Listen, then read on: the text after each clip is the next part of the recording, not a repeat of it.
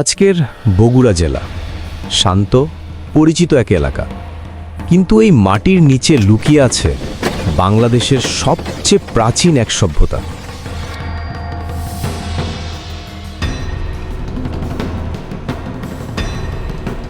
খ্রিস্টপূর্ব প্রায় ৩য় শতাব্দী এখানেই গড়ে উঠেছিল পুন্দ্রনগর, যা ছিল একটি সমৃদ্ধ রাজধানী।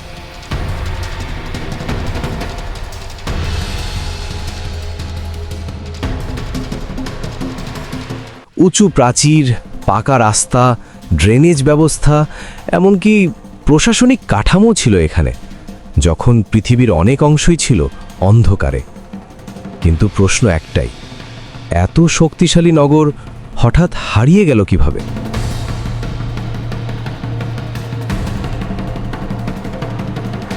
আজ ছায়ারাজ্য প্ল্যাটফর্মে আপনাদের দেখাতে চলেছি এমন এক ইতিহাস যা জানলে আপনি সত্যি অবাক হবেন। গবেষকদের ধারণা, ভয়াবহ বন্যা, নদীর গতিপথ পরিবর্তন আর রাজনৈতিক পতন এই সভ্যতাকে ধীরে ধীরে গ্রাস করে।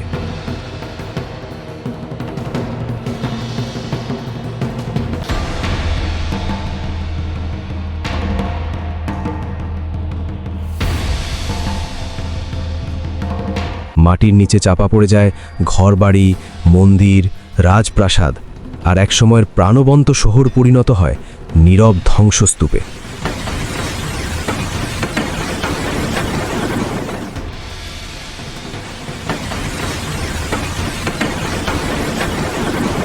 আজ আমরা যাকে বলি মহাস্থানগড়, তা শুধু ধ্বংসাবশেষ নয়, এটা আমাদের শেকড়, আমাদের হারানো পরিচয়।